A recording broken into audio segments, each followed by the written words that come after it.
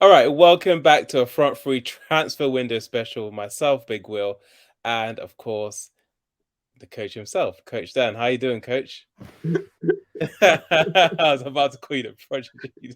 You're, you're, you're clearly missing someone today. Allow me to step in and suffice for tonight, man. Please. You got big shoes to fill, Coach. Nah, man. The shoes are okay. I'm wearing my own, so it's fine. I Agent's like shoes that. are his shoes. When he comes, he'll That's fill his true. own. Exactly. If the shoe Exactly. fits, as they say. Um, how are you doing? Very well, Big Will. Yourself? Yeah, I'm good. I'm good. These transfer news are just keep on. It just keeps ticking over, doesn't it? It does. I suppose for many football fans, this is an exciting period of the season for them, or off season for many, right? Your Yeah, your clubs are absolutely.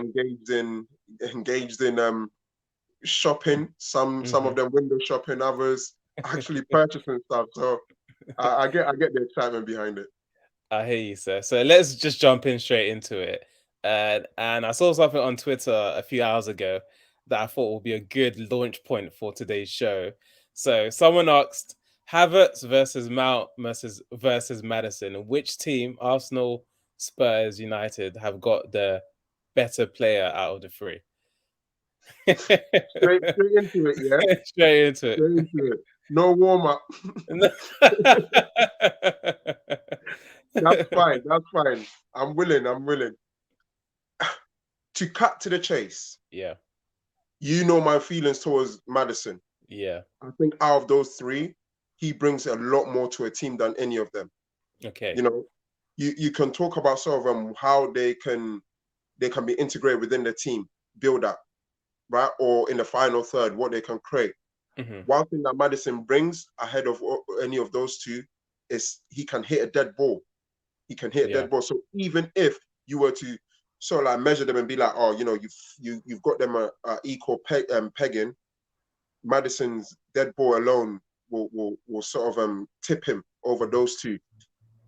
And you have to consider how much is being spent. yeah, I think I think it's crazy because if Madison was in the EPL, he wouldn't be going for anything less than 60, 70 yeah. mil. Of course, He of wouldn't be course. going for anything less than No, that. It no. was just last year that people were after him and they were being touted to pay 80 million, Yeah, and the how big of a change a season can make, right? Or going down to the championship. 40 million or whatever is being rumored, I think it's a great piece of business for Madison. Yeah, for Madison to go into Tottenham. And I'll say this, Big Will. I think it's the best signing Tottenham has made in maybe in 5 years. I agree. I agree. I think it's got a It's a, major impact on that team. I believe so too. I was just lost for words as to why I didn't hear anyone competing against them for Madison. I thought Mm. Newcastle could have threw Yeah, their was it their hat in the ring and the for ring. the Yeah. battle. Yes, I thought Newcastle could have gone for him. Not only is he a great footballer, he's a homegrown player. Going into the Champions League, he would have been a brilliant purchase for them. Brilliant purchase. That is not to take anything away from Mount. I'm a big fan of Hmm. Mount as well. I think he's very good. Um, Hmm. maybe the, Quick the question on Mount though. How does he fit into the United system if they've got Bruno there, Mount there? Um, do you think they're complementary players, or do you think Ten Hag would have to maybe play one or the other? what I will say is when you look at United's current squad, I think Mount can get in there somewhere. Hmm. In your current squad, but the transfer window is not over. We just started, right? Sure. So they might make Yeah. a few other purchases. And Yeah. then what becomes of Mason Mount? I think he's got great quality that can add something to the United team. It's about finding where they want to play him. He is someone where if they wanted to play Fernandez a bit more central, as opposed to wide areas, where they've utilized him sometimes last season, Mount can fill in there. Hmm. And I think if you're picking a midfield 3 or 2, currently you might want to play Mount and Casemiro and maybe Ericsson next to him, but you can't demand, you know, considering what Ericsson's been through the last couple Yeah. of years, you can't demand so much from him. I Hmm. think when he got injured some part last season, they weren't clicking. They weren't clicking, and so Mount can bring something new to that team for sure. I think he will get in there. And honestly, it's a similar thing with Havertz when you ask that question, it's like you can't pay that amount of money for players if they're not getting in the starting lineup. Mm. You must be a brilliant bloody team to spend 60 odd million on players that are going to be sat on the bench. Yeah, it's true. And that's how much Mount and Havertz are going for.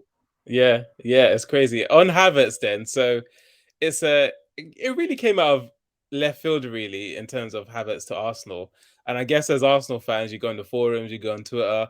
It seems all of us are sort of going back to those Bayer Leverkusen compilations to convince ourselves that he's going to be very good for us. Um, what's your take on Havertz?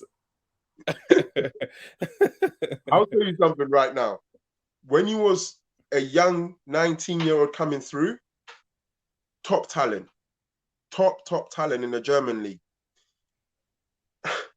So the way teams usually utilize sort of like homegrown players, right, is that so take the German league, for example, or take Germany, for example, right? Yeah. In comparison to the English league, their big clubs have predominantly German internationals, or Of course, at least yeah. German nationals, right? Mm-hmm. And someone like Kai Havertz, who was being groomed to join the national team, it's almost as if they build a team where he will shine the most. They build teams that will help the national team. Once in the English league, most of our best clubs hardly have any English players starting in some of them. Yeah. That's the difficulty, right? And so you have Kai Havertz in a system at Leverkusen where he's shone. I mean, right now they've got another young kid in there. Is it Witz or whatever his name is, Florian Witz? Yeah, Brilliant footballer at a young age. Then he came over, talking about shy Havertz now. He came over. he came over to the English league, and he's had to almost reinvent himself in a much physical league. It goes without saying when we were talking about the English league, and in a Chelsea team where perhaps they hit the jackpot, winning the league. I mean, winning the Champions League the way they did. Yeah. Right? And then after that, literally, people argue, and it's a good argument, that honestly, that's the only thing he's done for Chelsea Football Club was to score that winning goal for Chelsea to beat Manchester City. Funny enough, we're talking about Havertz and Mount. Those two combined to score that goal, and they're both they've been getting rid of. Yeah. So there's still a big question mark around Kai Havertz. The only positive is that he's still very young. Yeah. He's still very young, and Arteta seems to be getting the best out of players recently. Mm-hmm. And I heard, I was reading some text earlier on, and it was basically Arteta on what he thought about Kai Havertz's move. And he mentioned moving him into midfield, or he used the word midfield. So maybe he's going to utilize him a bit more there. Whereas Chelsea, they've been playing him in forward positions, almost like a false nine or the main striker, which I think has taken something away from his game. So perhaps, he will be reinvigorated and show the talent that many people argue that he had over in Germany. Absolutely. Speaking of Havertz and Arsenal, let's move on to Declan Rice then.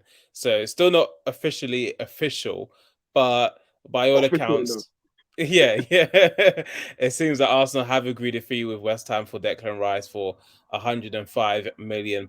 Now, of course, the question, as you can see there, is he worth that much amount of money? The obvious answer is probably no. What is your overall take in terms of Declan Rice as a talent, first of all, and then in terms of the fee that Arsenal have paid for Declan Rice? So I have my answer is in twofold, right? In the first instant is that no, he's not worth that. Right? He's not worth that. So that'll be my first. And then my second one is, well, perhaps he is worth that, right? Because this is the way you go and think about it. I think ultimately we're thinking he's not worth 105 million. Yeah. Right?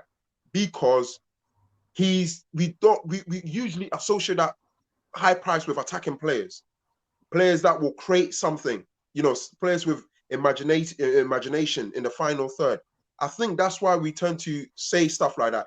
But in the current transfer market, that will get you the players you deem important to plug a hole in your squad. That's the amount you got to pay for them now. Yeah. his stats, I mean, people talk about, oh, you go see the eye, but stats speak loud also, guys. Stats speak very loud. And in comparison to other midfielders that you could bring in to do the job that I'm assuming he's bringing him to do, very few are ahead of him. Very few ahead of him. What you get with him, young footballer, England international, knows the league, has just won a European title. So now he knows what a winning changing room looks like, right? Been to a final and I think a semi-final with England at the national level. So you're bringing a player who at a young age is coming with a vast amount of experience. And so perhaps it justifies the money being paid for him. It justifies the money. And not only that, he's a player that you can utilize in different positions as well. So when you look at it in that full scope, perhaps it will be a good signing. I don't imagine he will come and have a difficult time gelling within that squad. He doesn't look like the type. He looks like the type that just gets going, you know. And he just literally, he's taking a bus over to Arsenal, you know. It's a bus journey, so everything should run smoothly for him. And it's like I say, you're asking me, is he worth that? I would argue no player's worth that much. No player's worth that much. But in the current transfer, because the way I look at it as well is like, look, let's say we sit back years now, we're talking about the great English footballers, right?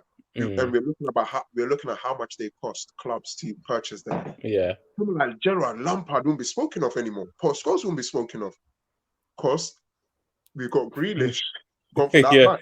We've got Declan going for that match. And it's not to take anything away from these boys, guys, because they have performed even at the national level much better than any of the we've spoken about, right?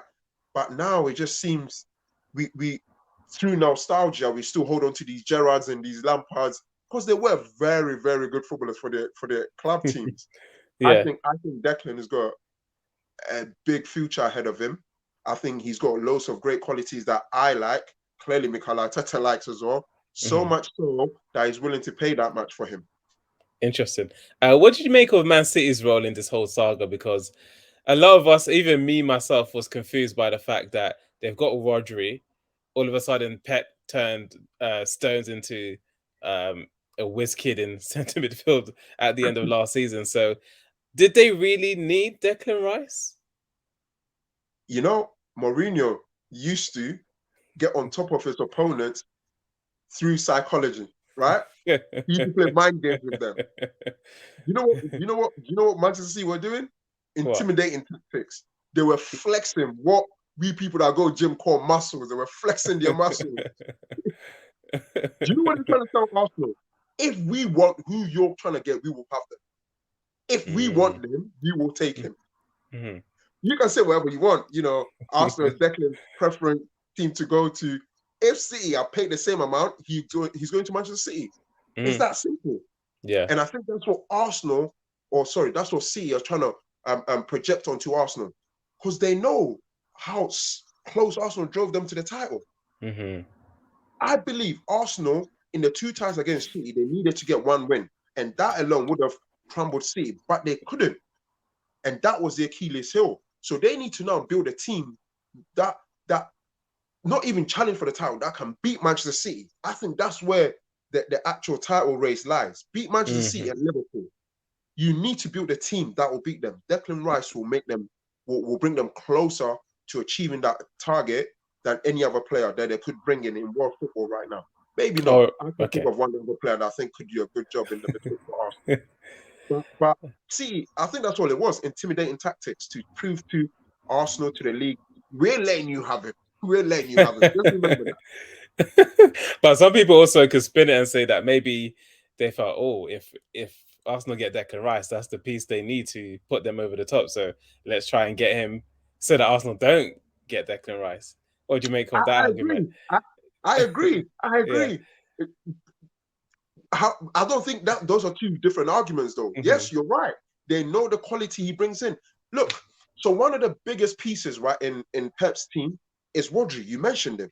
Yeah. Very brilliant. What he does is invaluable for a football team. I think in the English league, at least, Declan is the only other player that I can think of right now that can do that role, right? And you know, coaches, they sit down and have conversations. Pep and Arteta, they've had conversations about players that they think are best in certain positions, and they've identified Declan as the player to go and do that. But Pep also thought, yeah, we could use him. Right now, though, for Arsenal, this is a priority. For Pep, it might not be a No, priority. true, true. I like that. Let's turn to Harry Hitman Kane, as you like to call him. So this week we heard that Bayern have put in a bid for Harry Kane, 70 million euros. I heard it has been rejected, but again, we hear from those in the know that Bayern and Kane have agreed personal terms. So now it's down to whether or not Spurs and, of course, Daniel Levy can agree a fee for Harry Kane. I mean, what do you make of this potential transfer? One thing I would say initially is that the money I've been hearing is almost ridiculous. If you think you can get Harry Kane for that amount of money when you've got players moving left, right, and center for ridiculous amount, extortionate prices, then it's a bit confusing to me. But when you're a top club like Bayern Munich and you're away from Tottenham's rivalries, right? Tottenham's rivals in the EPL, perhaps you've got a bit of a leverage when it comes to these transfer dealings. When you got to the so let's say right, ultimately or overall they offer, I don't know, 150, but they're willing to pay 90 up front and then deal with the rest afterwards. Maybe Tottenham says yes. If Harry said to them, look, I want to leave. But it's similar situation to Declan Rice. I think Harry Kane and Declan Rice, they've got themselves in a place within their squad or in the team, right? Or in the club's history where they're not going to knock and be like, I'm handing a transfer request. They won't do that. Which No. tends to push the transfers through. They won't do Up. that. Yeah. Right? And so Bayern's got to come with the right amount of money. Whether he would be willing to go into the German Bundesliga, I don't know. I don't know, because the argument right now, right, is that he's so close to what will be a Premier League record. But then, But record over trophy is like, which one are you, you know? it's true. We're assuming when he goes to Bayern Munich, he's going to win a trophy. Yes, he might win the Bundesliga for Yeah. sure, Yeah. but I could win the Bundesliga. Playing that Yeah. proper Bayern Munich. Yeah. You see what I'm saying? And Yeah, so, yeah. and so it's really about what he wants to do. To a certain degree, guys, yeah. Look, Alan Shearer didn't. Yeah, he won, I think, the EPL with Blackburn.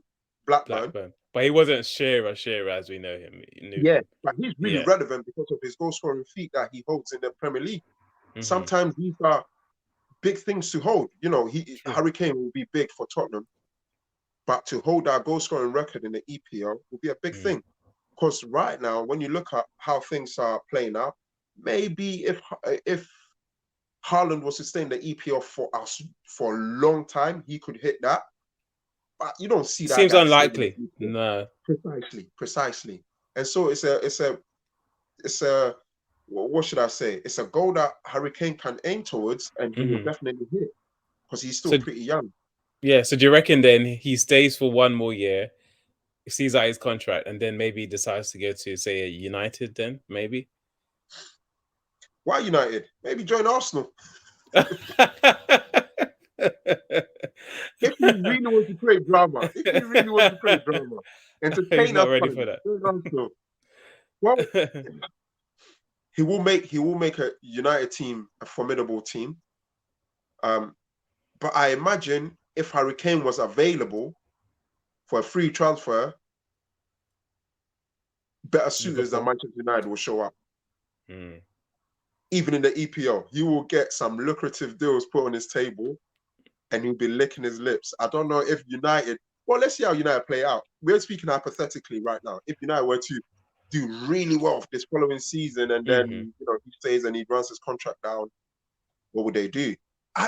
I think of it this way, though. If you're a club like Tottenham, would you, out of pride, would you rather he runs down his contract and leave for free, or would you make some money from him?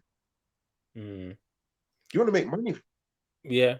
Or they could say, well, if we have Kane for one more season, gets us to the Champions League, maybe, you know.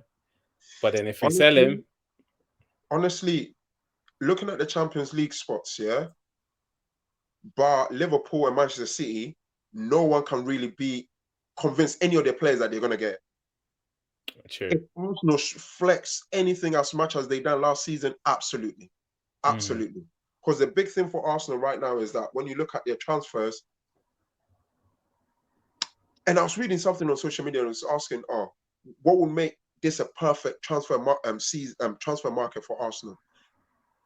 And I don't even, and they were looking at, I suppose when sometimes you ask that question, you're looking at, if you bring in Mbappe, let's say it's a great transfer period for your team. Yeah. I don't look at it that way. I look at it more as if you bring in your priority signings,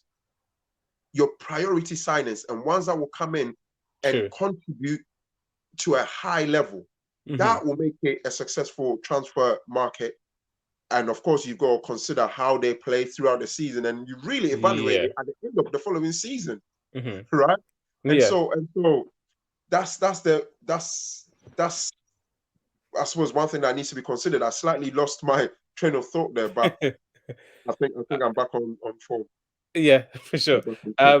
Let's just wrap up with a few more things there. Some minor things here, but could be big, we can say here. So Aston Villa agreeing to free with Villarreal for Pau Torres, 35 million euros.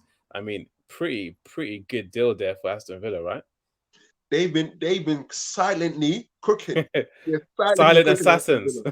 I'm telling you. Pau Torres, a couple of seasons ago, every team was after him. Yeah. But here's the great thing, right? When your team is not in Europe and your name sort of dies out slightly, it drives the transfer price right down. Yeah. And then clubs like Aston Villa, not like Aston Villa, it's a small club, but when you're comparing him to teams that this guy could be going to, it's crazy. And but look, it's testimony to where the EPL is right now, that clubs like Aston Villa will still a player like of that quality.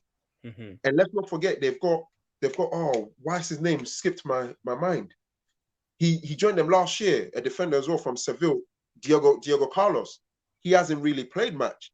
I think if they get him going next to Pau Torres, that's a formidable back too, you know. He's as good as any in the EPL, I would argue. Interesting.